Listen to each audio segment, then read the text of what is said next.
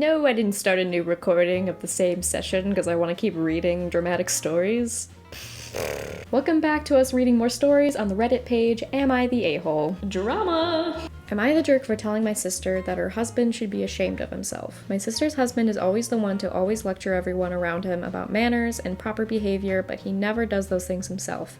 He's very pretentious, and while my sister knows it, she enables him. Our mother, who's a 62-year-old woman, is working 12-hour shifts every day and comes home tired every afternoon. My sister gave birth to her baby 2 months ago, and she's on maternity leave right now. Her husband is also working a 9-to-5 job. My sister has had to go to the doctor's appointments many times in the past few days, and she would leave the kid to her husband, but after the first time, her husband complained that he can't deal with the baby alone, so she should take the kid to our mother. That happened for 4 times straight, and my mother has expressed to my sister how tired she is and that she also needs a break.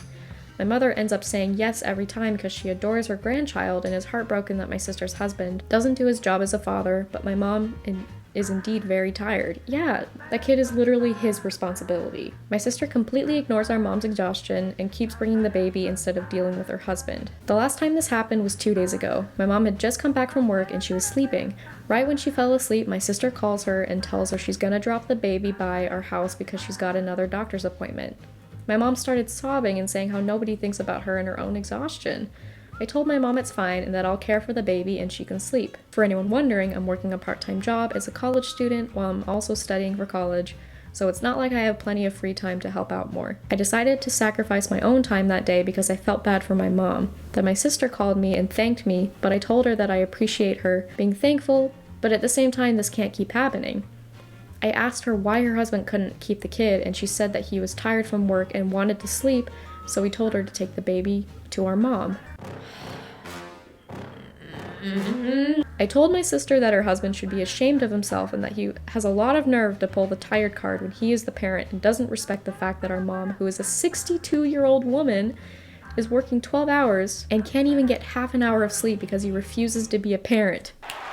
That's literally what he's doing. He's refusing to be a parent. My sister got really mad at me and told me to never speak to her husband like that again. Am I the jerk? You are absolutely not the jerk. And that is really unfortunate that she is enabling him. And he's such a hypocrite because he's saying all this, but then brings the baby to a very tired 62-year-old woman with absolutely zero sympathy. It's annoying.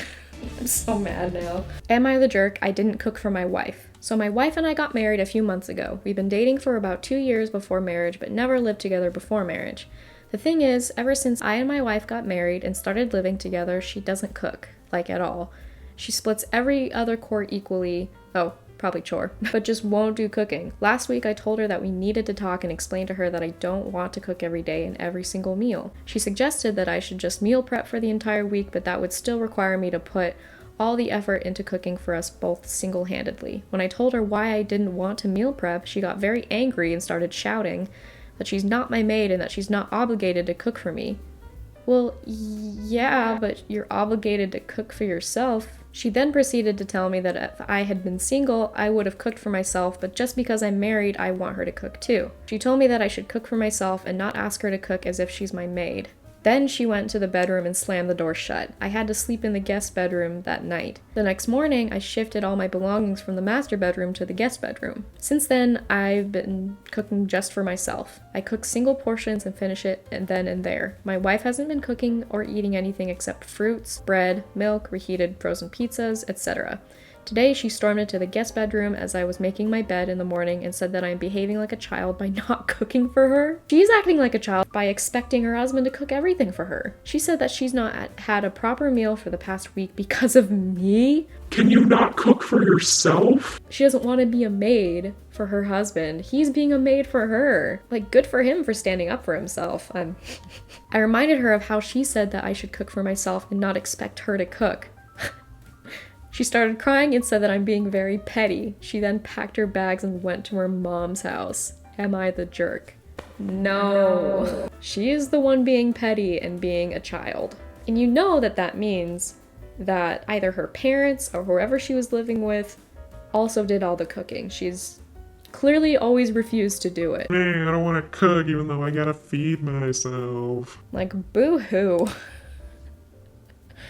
Cook for yourself, dude. Would I be the jerk if I decided not to answer my new nickname? I, 21 male, have a close group of friends that I meet pretty often. There are 6 of us, and the other guys bring their significant others with them. One of them, Tom, 21 male, started dating a new girl, May, 20 female.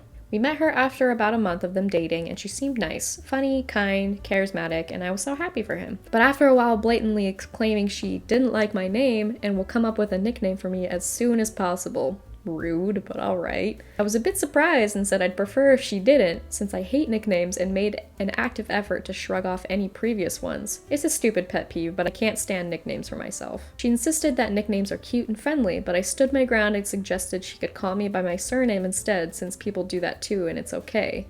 What's wrong with this name? Does it remind her of an ex or something? It's gotta be, because why else would you say, like, I don't like your name?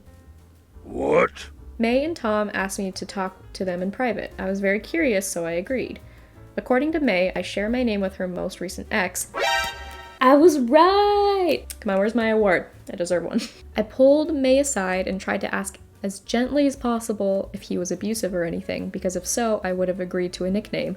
I don't want to be the jerk who forces her to remember something traumatizing. But no, it really comes down to Tom's insecurity about the ex, since it turns out he was somewhat of a rebound. Ooh,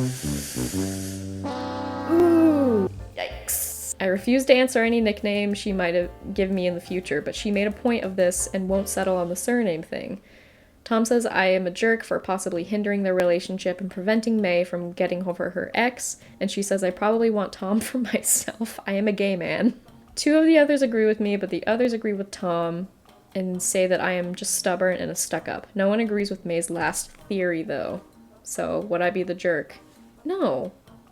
Here's the thing, that sentence, or yeah, it was like hindering their relationship and preventing May from getting over her ex. That is your guys' problem. This author doesn't need to feel obligated to help them out with this. There was clearly already problems with the rebound thing when their relationship started. They need to figure it out. Keep them out of it. Am I the jerk for not letting my in-laws near my children and publicly calling them out? I have 2 babies, ages 2 years old and 5 months old. My in-laws have treated me horribly since the day my husband and I got married, and once I got pregnant, my mother-in-law tried to make my whole pregnancy about her. Ugh. One of those. She'd do that at your wedding too? She demanded to be in the delivery room when I gave birth and demanded the children be named after her and my father-in-law, and she would curse out both me and my husband, her own son, whenever we went against her. My husband had therapy and needed help to finally realize how harmful my in-laws' presence are in our lives, and only recently we went to LC and almost NC? After I gave birth to our second baby. He's enforcing several boundaries as he's tried before, and at first his approach wasn't successful, but now it is. The first month of our estranged relationship to my in-laws, they kept begging us for forgiveness and that will change. We gave them a chance to prove themselves, and for the first few days, they were indeed very kind and loving and respectful. But after that, they started crossing boundaries, dismissing my role as a mother, and they tried to claim my kids as their own. Get a spray bottle.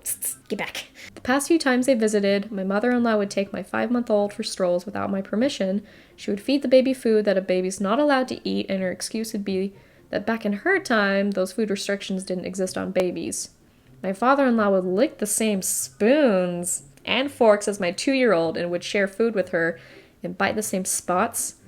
And his excuse was, if you and my son can do it, why can't I? Those are my grandkids, they're like my kids. Ugh, that's gross. After 2 to 3 times of those events happening, my husband and I had enough and said we are not understanding nor forgiving any longer. My mother-in-law wrote a whole essay on Facebook about how unfair I am and how I'm an unfit mother and I don't let her see her grandkids or her son. This ain't 8th grade, you don't have to write a whole essay. Stop it.